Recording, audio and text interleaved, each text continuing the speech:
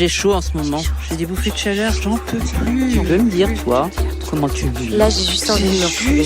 Envie de me retrouver. Ça fait du bien d'être entre femmes.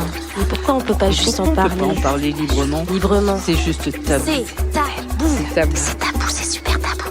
Sujet tabou ou deuxième printemps? Bouffée de chaleur ou nouvelle aventure? Silence ou ménopause?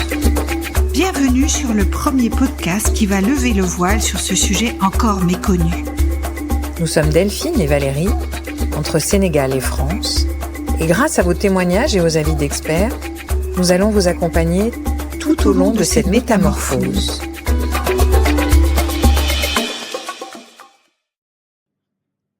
Bonjour à toutes et bonjour à tous. Je suis enchantée de recevoir aujourd'hui le docteur Abdoulaye Diop à Dakar pour nous parler de ménopause. Alors, le docteur Diop, bonjour docteur Diop. Bonjour madame. Le docteur Diop est un gynécologue obstétricien, échographe, blogueur et récemment, et je pense que ça doit être lié à son ADN et à sa lignée d'écrivains et de poètes, il est également écrivain. Il a son cabinet à Dakar, il a un CV long comme... il est vice-président de l'Association sénégalaise des gynécologues obstétriciens, il a ouvert des blogs, il libère la parole, il est très actif sur les réseaux sociaux. Il a publié donc son premier livre en 2023, si l'on parlait de gynécologie et d'obstétrique.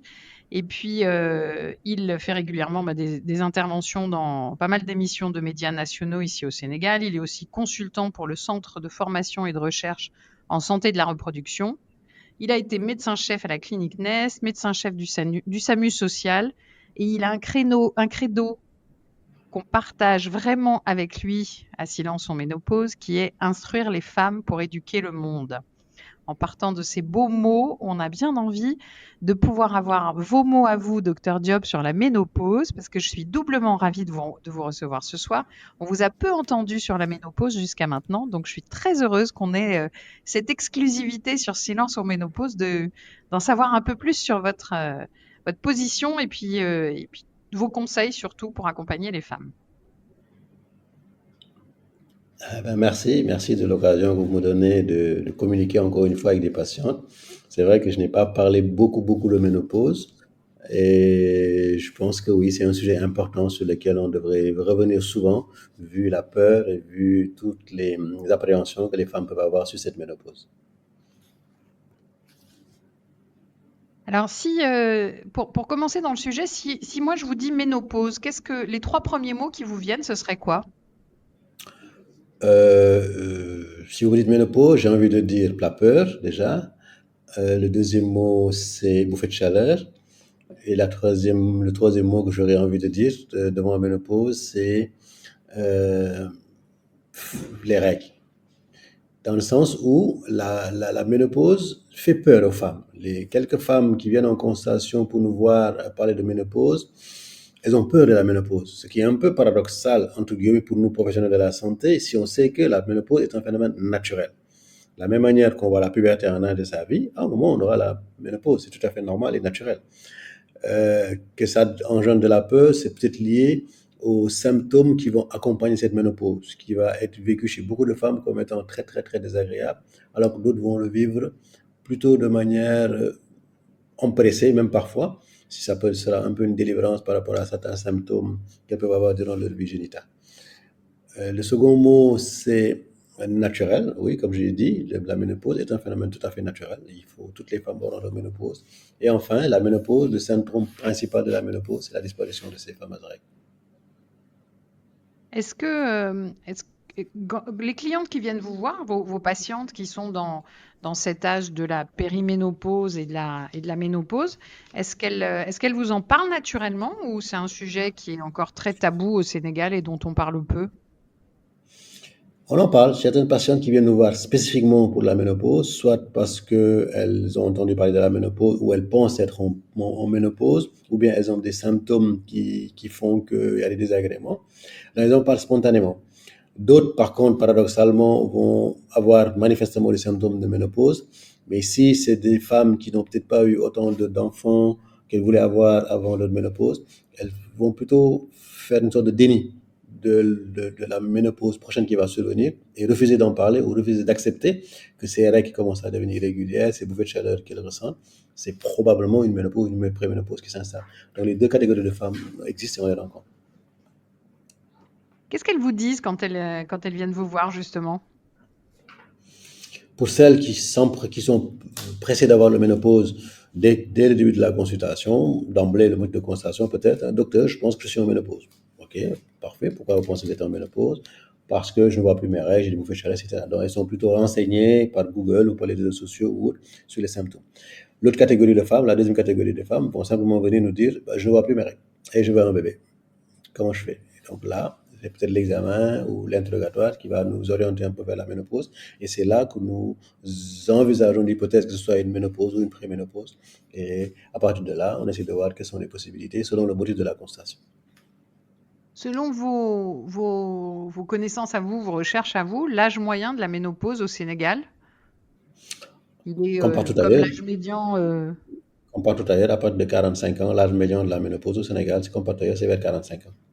Vers 45 ans, d'accord. Donc un peu plus. Enfin, au niveau mondial, c'est 51 ans, l'âge médian, mais avec des symptômes qui peuvent démarrer quasiment 10 ans avant. Donc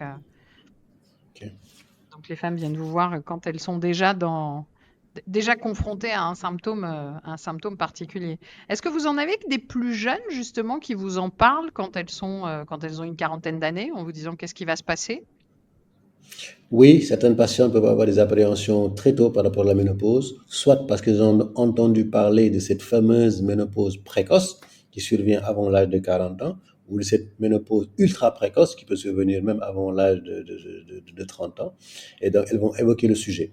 Si jamais elles ont, à partir de 35 ans, 40 ans, des perturbations du cycle qui peuvent ne pas être dues à la ménopause ni à la préménopause, elles vont aussi évoquer le sujet en ayant la hantise qu'on leur annonce durant la constatation ou au décours d'un bilan hormonal ou un bilan sanguin que c'est cette ménopause qui est en train de s'installer. Justement, vous, quelles sont les analyses que vous recommandez quand les femmes viennent vous voir pour vraiment avoir la certitude qu'elles sont bien ménopausées? Le diagnostic de ménopause, pour poser le diagnostic de ménopause, théoriquement, on n'a pas besoin de bilan. La ménopause en elle-même ne pose pas problème. Ce qui pose problème, surtout, c'est la préménopause. La préménopause, c'est la période un peu désagréable qui précède la ménopause et qui est caractérisée par l'apparition de symptômes très désagréables pour la femme, tels que les bouffées de chaleur, le séchage vaginal, l'irritabilité, etc. Et c'est cette préménopause-là qui est difficile à gérer. Maintenant, quand une patiente vient avec des troubles du cycle, principalement, ou des symptômes tels que les bouffées de chaleur ou la sèche vaginale, et qu'elle a l'âge entre 40 et 45 ans, c'est pas encore l'âge précis de la ménopause. Si on a un doute par rapport à ça, c'est là où on peut demander un bilan sanguin, un bilan hormonal. Notamment, on sait que la ménopause sera caractérisée par une augmentation d'une hormone dans le sang qu'on appelle la FSH, qui va avoir des proportions assez grandes, et une diminution dans le sang d'une seconde hormone qu'on appelle l'estradiol. Et enfin, il y a l'AMH pour la réserve ovarienne. Donc, c'est ce trio de dosage de la FSH, dosage de l'estradiol et dosage de l'AMH qui permet de signer biologiquement le diagnostic de la ménopause ou de prédire le diagnostic de la préménopause, enfin l'installation de cette préménopause. Parfois, c'est à l'échographie qu'on va voir des symptômes, des signes échographiques qui vont nous poser de confirmer le diagnostic aussi. Et est-ce que vous avez mis en place des choses spécifiques dans votre métier pour cette période, pour l'accompagnement? Est-ce que vous êtes formé à des choses complémentaires? Est-ce que c'est un sujet pendant les études de médecine d'un gynéco? Est-ce qu'on parle beaucoup de la ménopause? Oui, le diagnostic de la ménopause, la prise en charge de la ménopause fait partie des compétences normales de n'importe quel gynécologue ou même n'importe quelle sage-femme. Dans les cours de gynécologie à la faculté de médecine, ce chapitre ménopause est un gros chapitre que l'on étudie comme tous les autres chapitres. Les traitements qui peuvent être proposés par rapport à la ménopause, que ce soit les traitements hormonaux substitutifs, que ce soit la phytothérapie et tout l'accompagnement, même si depuis quelques années, on voit qu'il y a une grosse progression de la médecine, des études et des médicaments disponibles pour gérer un peu les symptômes de la ménopause et de la préménopause. Mais il n'y a rien de vraiment spécifique, en tout cas moi personnellement, j'ai mis en place pour accompagner les patients durant cette ménopause. Certaines vivent très bien leur ménopause, d'autres le vivent beaucoup moins bien. Et c'est selon les demandes de la patiente, selon les appréhensions de la patiente, selon ses attentes, que l'on va proposer une prise en charge ou un accompagnement. C'est quoi les idées reçues ou les tabous que vous entendez dans votre cabinet? Par rapport à la ménopause, les idées reçues que nous recevons, c'est surtout cette notion de, que la ménopause, c'est une genre punition, soit une punition divine, ou bien c'est entre guillemets, la fin de la vie génitale, ou c'est la fin, entre guillemets, de la vie de la femme, que quand une femme est ménopausée, elle ne sert plus à rien. C'est un peu ces idées reçues que nous essayons de déconstruire en disant non seulement que la ménopause est un phénomène tout à fait naturel. Toutes les femmes, à un moment de leur vie, commencent à avoir leurs règles, c'est la puberté. À un autre moment de leur vie, elles vont arrêter de voir leurs règles, c'est la ménopause. On est génétiquement programmé pour tout ça, c'est tout à fait normal. Deuxièmement, il y a une vie après la ménopause, et une belle vie après la ménopause. Bonne nouvelle. Oui, mais il faut avoir une très belle vie après la ménopause. Indépendamment, oui, des désagréments tels que les bouffées de chaleur, la sécheresse vaginale, etc., la baisse de la libido, etc. Mais après la ménopause, la femme n'a plus cette préoccupation-là de toujours prendre sa méthode de contraception, prendre la pilule pour ne pas tomber enceinte. Donc cette hantise de grossesse indésirée, de grossesse non désirée, va s'éloigner. Deuxièmement, beaucoup de pathologies gynécologiques qui fatiguent les femmes vont, entre guillemets, disparaître ou beaucoup régresser après la ménopause, telles que les endométrioses, les femmes qui souffrent de règles douloureuses, très douloureuses, arrivées à cette ménopause, elles ont quand même un soulagement. Ces règles douloureuses vont disparaître. Troisièmement, d'autres pathologies aussi telles que les fibromes ont tendance à régresser ou en tout cas à beaucoup diminuer après la ménopause. Et donc le poids, les saignements, les douleurs liées à ces fibromes, à ces myomes vont fortement régresser à partir de la période de la ménopause.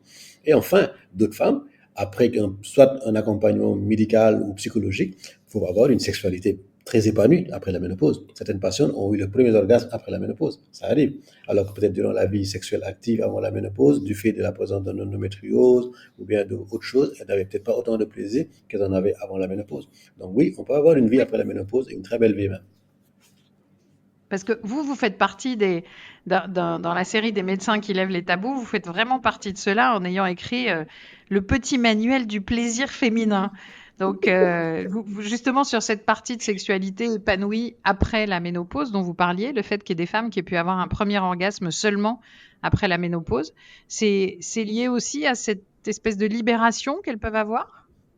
Oui, après la ménopause, il n'y a plus cette hantise-là de est-ce que j'ai tombé enceinte, que je vais avoir des rapports sexuels, ou est-ce que j'en suis, est-ce que j'ai pris ma pilule ce soir, le préservatif a éclaté, etc. Donc il n'y a plus toute cette préoccupation, ce qui peut un peu jouer un rôle de tue-l'amour, et au lieu de se concentrer sur son plaisir, on va plus se concentrer sur le moment fatidique où le conjoint va éjaculer pour éviter si on fait le coït interrompu, etc. Donc on n'a plus cette préoccupation-là. Donc, quelque part, on a une certaine liberté ou on a une certaine légèreté au niveau de son esprit de se concentrer sur son plaisir. Les rapports sexuels après la ménopause sont exclusivement dédiés au plaisir. Alors que les rapports sexuels en dehors ou avant la ménopause sont dédiés certes au plaisir, mais aussi à la procréation. Donc, c'est ce second aspect qui est très important, qui doit même être mis au premier plan de l'intérêt ou de rôle du rapport sexuel, c'est avant tout le plaisir. Et c'est après la ménopause que le plaisir va prendre toute sa splendeur. Et dans un pays à majorité musulmane, avec encore beaucoup une majorité de couples qui sont... je vais y arriver. Ça, c'est les pertes de mémoire, c'est lié à la ménopause, à la périménopause. Où on est dans de la polygamie. Est-ce que cette ménopause, elle peut être une espèce d'épée de Damoclès aussi sur la tête de certaines femmes qui n'ont pas pu avoir d'enfants et d'avoir à un moment cette espèce de menace de ça y est, tu n'es plus fécondable, donc je vais prendre une épouse plus jeune? Oui, bien sûr. Ne serait-ce que pour la femme elle-même, avant même de parler de son conjoint, mais une femme même qui approche la ménopause, ou bien qui est en ménopause, qui n'a pas eu d'enfant, ou bien qui n'a pas eu le nombre d'enfants qu'elle voulait avoir, c'est chez ces femmes-là où les symptômes de la ménopause sont plus en avant, qui ont beaucoup plus de problèmes, de bouffées de chaleur, d'irritabilité, etc. Parce qu'il y a un sentiment d'insatisfaction. Et oui, c'est un argument que certains hommes peuvent utiliser auprès de leurs femmes, quand ils ont envie parfois de prendre une seconde épouse, si la loi ou la religion leur permet, et donc d'utiliser comme argument le fait qu'à partir de la ménopause, la femme ne peut plus avoir d'enfants, et que lui, en tant qu'homme, il est encore, entre guillemets, jeune, il peut avoir des enfants, et donc ce serait l'occasion d'avoir une autre plus jeune pour avoir des enfants. Et cette épée de Damoclès pend au nez, ou j'ai envie de dire à la tête ou à l'utérus de toutes ces femmes qui n'ont pas peut-être eu autant d'enfants qu'elles voudraient en avoir dans le couple.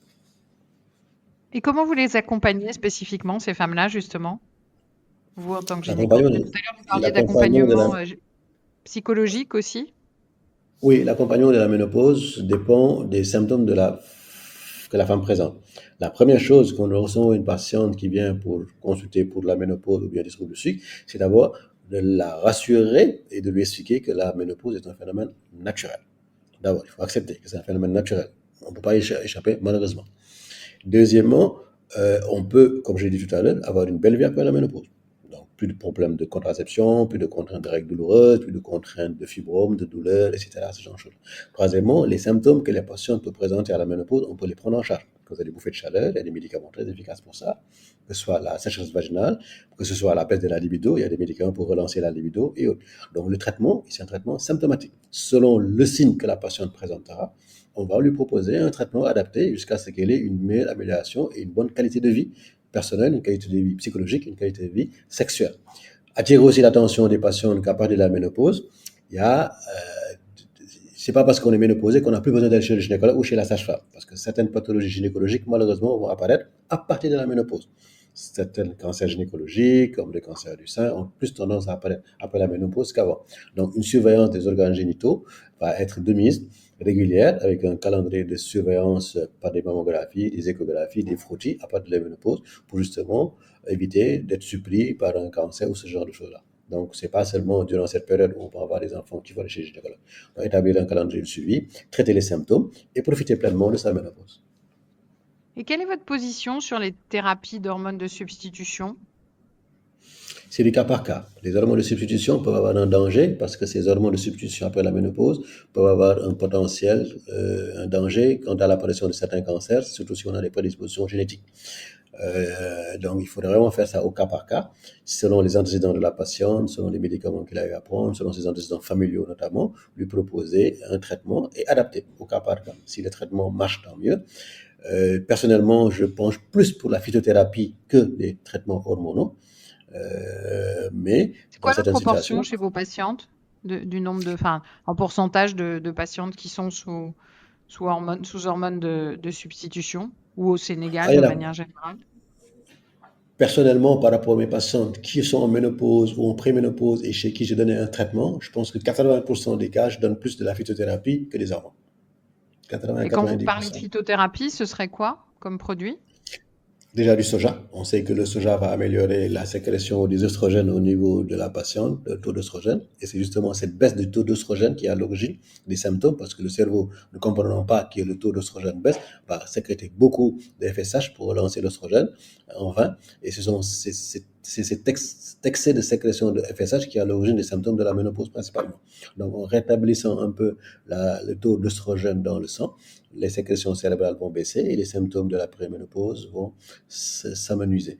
Donc, il y a aussi un changement d'habitude alimentaire ou de charge calorique. Après la ménopause, les besoins énergétiques de la femme vont baisser beaucoup. Si on a le même rythme de vie, entre guillemets, on a la même quantité de nourriture que l'on prend, on aura plus tendance à faire des réserves et donc à grossir. Les femmes, à partir de la ménopause, ont tendance à grossir 1, 2, 3 kilos par an. Ça a trait au fait qu'elles utilisent beaucoup moins de calories. Donc, il faudrait réduire l'alimentation, entre guillemets, en tout cas réadapter et compenser peut-être en faisant une activité sportive.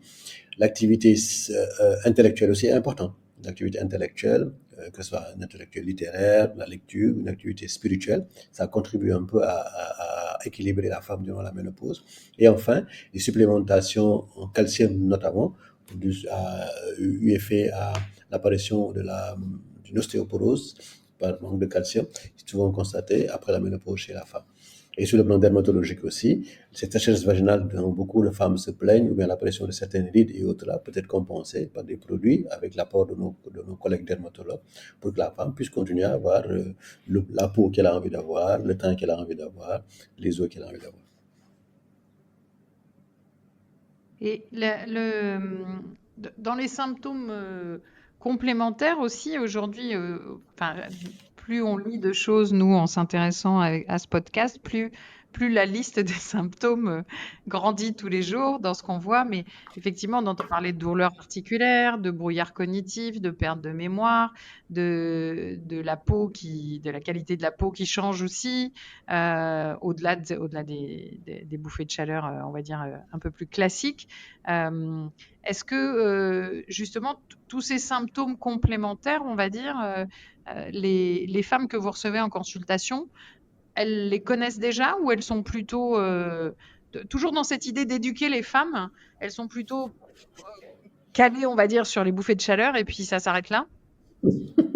Oui, en général, les femmes, ménopause égale bouffée de chaleur. S'il y a vraiment un maître symptôme que les femmes vont évoquer pour parler de la ménopause, ce sont les bouffées de chaleur. D'autres symptômes peuvent ne pas être automatiquement reliés aux bouffées de chaleur, à la ménopause plutôt. Peut-être nous, oui, professionnels de la santé, on est aguerris à ça, donc on sait, mais souvent la patiente ne va pas se rendre compte que peut-être les douleurs articulaires qu'elle a, ou bien une fracture pathologique qu'elle peut avoir, ou bien certaines rides qui vont apparaître sont liées à la ménopause. Liées au vieillissement naturel de l'organisme, oui, mais elles ne font pas toujours la corrélation entre ces symptômes-là et la ménopause, et on est là un peu pour le rappeler et pour leur dire que c'est un peu lié, mais il y a des solutions par rapport à ça. Donc on peut compter sur vous pour les accompagner et pour leur donner de l'information sur ces différents sujets. Quand elles ont réussi à passer cette période de la périménopause et qu'elles arrivent en ménopause, vraiment, la post-ménopause, on va dire, les mots qui reviennent pour elles, une fois que vous leur avez dit, vous allez voir, la vie est belle après, est-ce que vraiment elles vous reviennent en vous disant, youpi, la vie est vraiment belle après, ou elles sont encore Oui, en train de... Ou c'est pour la difficile pour elles? plupart, oui. Pour la plupart, oui. Pour la plupart, quand on arrive à les accompagner médicalement par rapport à leurs symptômes, quand on arrive à leur débarrasser de ces bouffées de chaleur, principalement, quand on arrive à rétablir le sommeil, donc lutter contre l'insomnie, lorsqu'on arrive à avoir une meilleure sécheresse vaginale et donc une vie sexuelle plus agréable, entre guillemets, oui, beaucoup vont applaudir, oui, comme quoi, effectivement, c'était peut-être une période difficile à traverser, notamment cette période de périménopause, mais ça va, franchement, ça va.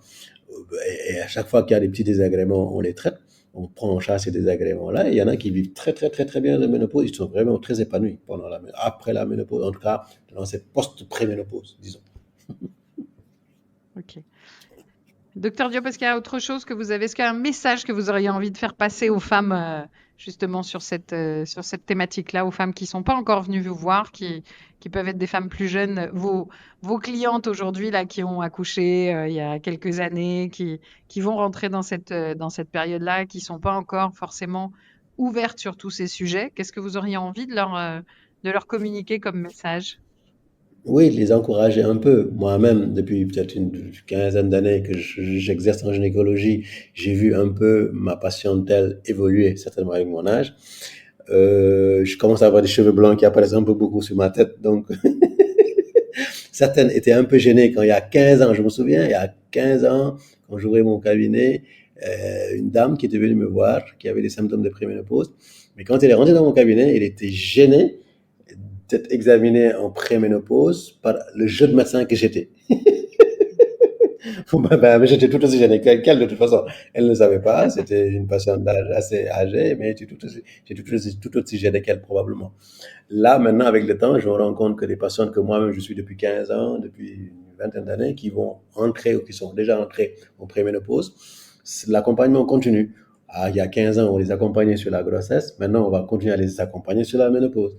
Et je suis de plus en plus à l'aise, eu égard à mon âge, de recevoir des patients d'un certain âge et qui vont avoir des symptômes de préménopause ou de ménopause et qui pourront venir nous exposer le problème. On va les accompagner. Leur dire encore une fois qu'il y a une vie après la ménopause, qu'il y a une belle vie après la ménopause et on pourra croquer à pleines dents de cette vie en se débarrassant ou en tout cas en prenant en charge ces petits symptômes liés à la ménopause, qui est un phénomène, rappelons-le, tout à fait naturel. Là, on parle des femmes qui viennent voir le gynéco quand elles sont à Dakar, qu'elles ont la chance de pouvoir venir à la clinique Bellevue, mais quand elles sont au fond du Sénégal, dans les villages, que déjà en termes d'accompagnement sur l'accouchement, c'est pas toujours le rêve. Qu'est-ce qui se passe au moment de la ménopause? Est-ce que ça existe pour elles? Est-ce qu'on en Malheureusement, elles sont souvent laissées pour compte. Déjà, rien comme vous l'avez évoqué, même pour les grossesses, l'accompagnement durant les grossesses, l'accouchement, c'est pas top, la prise en charge, même si de plus en plus les collègues font des efforts par rapport à ça. Le gouvernement même met en place des structures pour améliorer la prise en charge des patients un peu partout dans le Sénégal. Mais c'est sûr et certain que l'accompagnement qu'une femme à Dakar peut avoir pour prendre en charge ses symptômes de ménopause n'est certainement pas la même qu'une femme à Fongolimbi ou à Ouagadougou pourrait avoir pour l'accompagnement durant ces périodes de ménopause. Et c'est un peu dommage. Heureusement, les réseaux sociaux sont venus un peu démocratiser tout ça. Et les femmes à Dakar, comme les femmes à Kédougou, à Fongolimbi, ont probablement le même accès au niveau d'information en passant soit par les réseaux sociaux ou par Google, sans abuser un peu.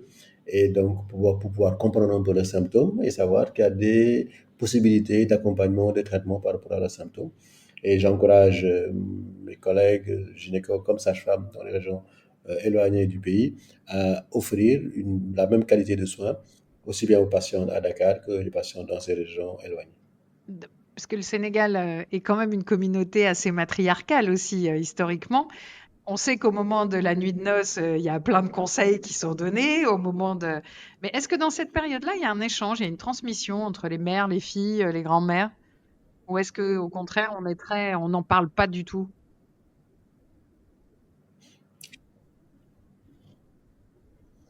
Je pense que c'est entre femmes, à cet âge, d'un certain âge, entre femmes matures, c'est plutôt elles qui vont échanger de conseils, échanger de bons conseils, échanger d'astuces de grand-mère qu'elles vont utiliser pour gérer les symptômes de la ménopause.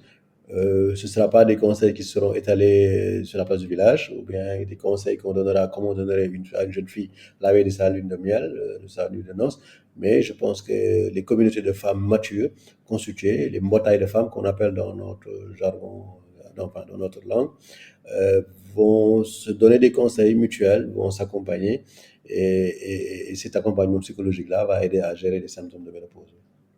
Et ce serait quoi des conseils, les conseils qu'elles peuvent avoir, les recettes de grand-mère, comme vous disiez? Est-ce qu'il y a des choses, est-ce qu'il y a des plantes Certainement de la particulières au Sénégal, indépendamment Oui, du soja dont vous parliez, mais des plantes plus traditionnelles? certainement, certainement, parce que je sais qu'il y a beaucoup de femmes qui, même en dehors de la ménopause, lorsqu'elles sont en proie à de la sécheresse vaginale, la ménopause n'est pas la seule situation où on peut avoir la sécheresse vaginale, il y a de la phytothérapie basée sur ces plantes-là, que ce soit le djeka, que ce soit le vitivier, que ce soit, j'ai pas trop les noms en tête. Je sais qu'il y a beaucoup de femmes, de substances que les femmes utilisent, parfois même de manière déraisonnable pour faire des bains de vapeur, des bains de siège, ce que nous ne recommandons pas, mais parfois aussi en infusion et qui permettent un peu d'améliorer la lubrification vaginale. Et je pense que ces femmes-là, en période de préménopause ou de ménopause, peuvent utiliser ces mêmes plantes en infusion, je précise, pour améliorer les symptômes liés à la préménopause, notamment pour améliorer leur vie sexuelle.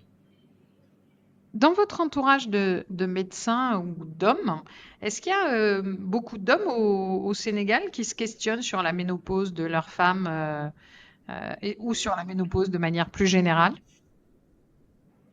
Je ne pense pas, je ne pense pas. Autant je peux recevoir un certain pourcentage d'hommes qui vont venir avec leurs femmes pour les consultations prénatales, autant si je faisais le compte des hommes que je reçois qui accompagnent leurs femmes durant la période difficile de la préménopause, il n'y en a pas des masses malheureusement.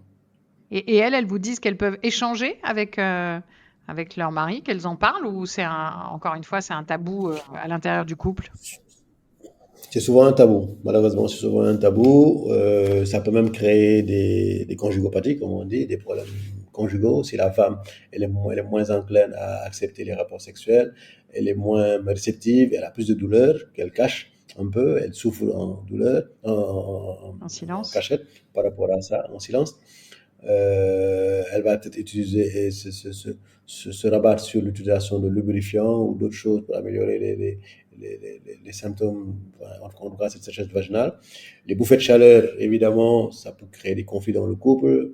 L'un va vouloir peut-être mettre le ventilo, ouvrir la fenêtre ou mettre la clim, l'autre va trouver que la chambre est trop froide. Bon, bref, des petits conflits dans le couple liés à ces petits détails-là.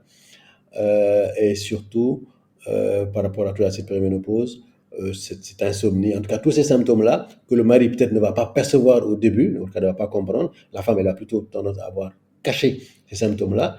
Si elle ne comprend pas déjà, qu'est-ce qui se passe avant de prendre la décision de venir en consultation.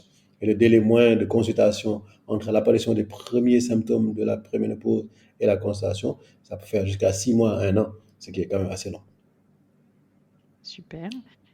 Mais Docteur Diop, je vais vous remercier pour ce bon moment que nous avons passé ensemble aujourd'hui, et pour toutes ces infos qu'on a pu partager. Et puis moi, je valide votre credo à 2000%. Donc continuons à instruire les femmes et éduquons leurs maris et leurs enfants pour que tout ça se passe au mieux possible dans notre société.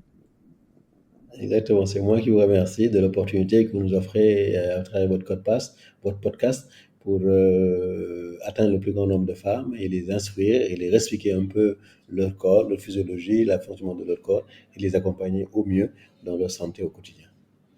Un grand merci à vous. Je vous en prie, madame. Merci à vous.